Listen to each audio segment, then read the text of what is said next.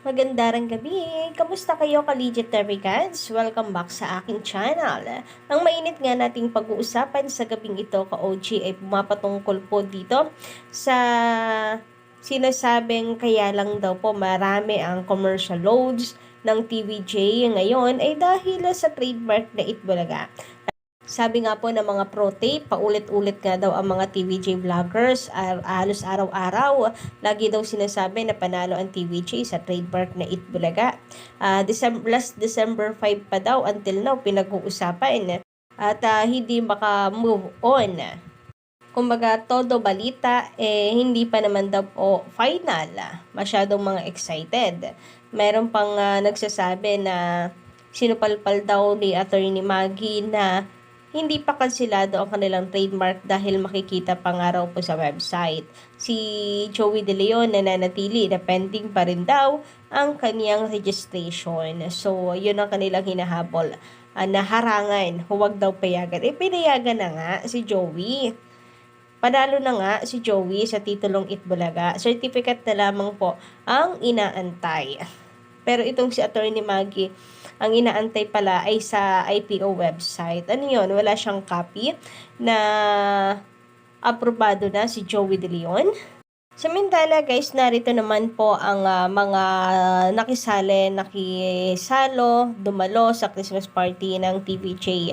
So, ang dami po, no? Ayan po sila guys.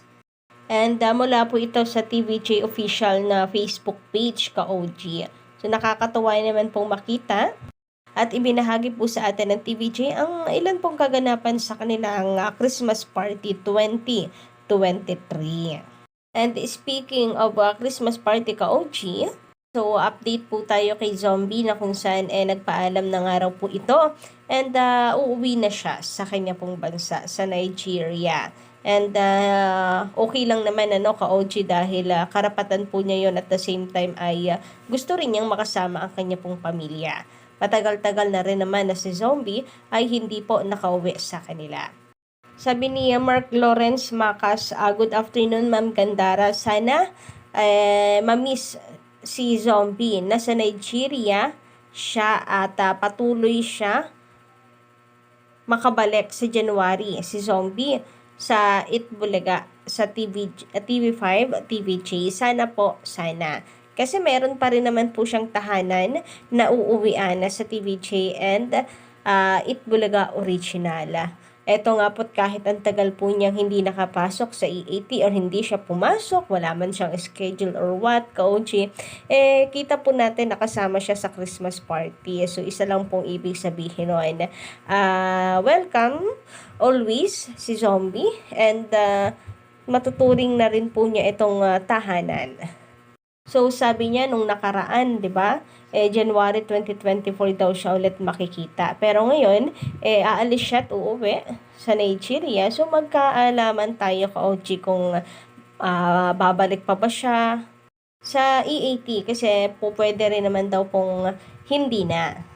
Pero sabi ko nga, meron po siyang tahanan na uuwian naman kung sakali pa din po ka-OG, 'di ba? Hindi naman po ang TVJ kagaya ng tape. Charis! Pero kanina, meron akong nakitang post niya na parang meron po siyang problema sa kanya pong flight. So, ang alam nga po natin, uuwi na siya, pero bakit ganon ang kanyang update?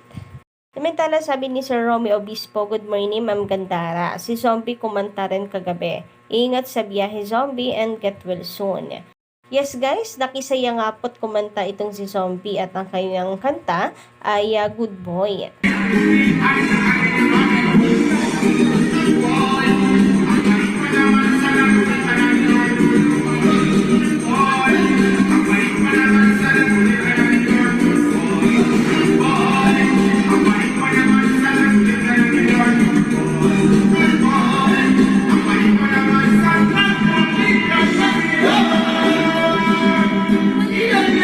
O, di ba? Mamaya makita po natin may bago na naman siyang project tapos kumakanta po siya doon. Samantala, sabi po dito sa article, nung pinost po nila ito December 19, 2023, FYI, TVJ commercial load ng Itbulaga. FYI TVJ, commercial load ng Itbulaga lumalakas dahil sa trademark. Tape Inc. sumusunod lang sa batas. So, ayan, sumusunod daw po sa batas ang Tape Inc. Kaya pala, ayaw po nilang tanggapin na si Joey De Leon ay aprobado na ng IPO. Na sila po ay kinansila ng IPO. Yung kanilang trademark ay kinansila ng IPO. Anyway, sabi pa nga dito, lumakas lang daw po ang commercial load ng Itbulaga dahil nga daw po sa trademark. Anyway guys, I don't know sino ba talagang sinasabihan nito. Hirap kasi, merong nakiki-Itbulaga hindi naman sila EP. Anyway, eto nga ka-OG, kung ang Tape Inc. naman ang tinutukoy nila dito na ang commercial load ng tape ay lumalakas dahil sa trademark, nako, huwag kayong mag-alala. Pag nawala ang trademark sa kanila, bulusok yan pababa. And kung ang TVJ naman ang kanilang sinasabihan na lumakas lang ang commercial ng TVJ dahil sa trademark, FYI, kahit hindi pa po nila na ipapadala sa IPO, yung trademark, malakas na po ang commercial ng TVJ. Humahakot na po ng advertisers and commercial and TVJ. So, kumbaga, ang TVJ po talaga ang nagpalakas sa Itbulaga. Tingnan ninyo, nung wala pong TVJ, ang Itbulaga ang hina po nito. Ang hina nito kina Paulo Contis. Hindi TVJ ang may hawak nito Hindi TVJ yung nandoon kaya humina itong si Itbulaga. Pero once na makauwi po yan sa original, muli pong lalakas ang commercial load ng Itbulaga, of course, original. And eto nga, makikita po natin, sabihin man nila na lumakas lang ang commercial load ng TVJ because sa trademark na Itbulaga, dahil balita nga na nakabalik po ito, ano ngayon sa inyo? Ang TVJ at Itbulaga nga ay hininga ang isa't isa. So, yun yung malaking katotohanan dyan Although malakas ang TVJ kahit wala po ang titulong Itbulaga, kita naman po natin ngayon na goods na sila sa EAP. Maganda ang takbo ng kanilang EAP. Pero mas bongga pag nakauwi ang Itbulaga po talaga sa kanila. And since yan ang sabi ninyo, di bahala kayo na masaktan sa isang malaking katotohanan na TVJ is Itbulaga, Itbulaga is TVJ. Na malakas ang Itbulaga because of TVJ. And without a TVJ guys, ay manghihina po si Itbulaga.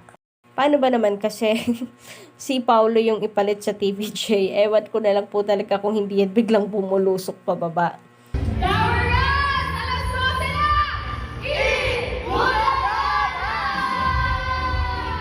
So, ang nilalaman nga po ng kanilang article na kung saan sumusunod lang daw po sa batas ng Tape Inc.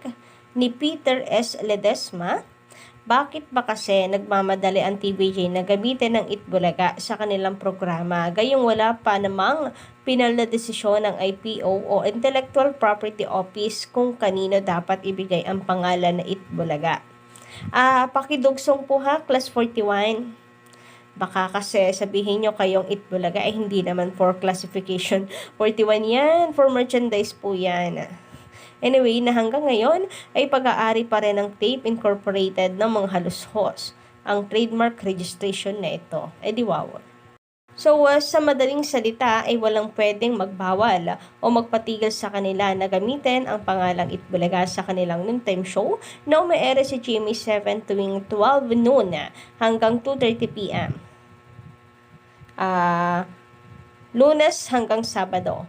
Lalo't yung decision ng IPO Bill last December 4 ay hindi pa final.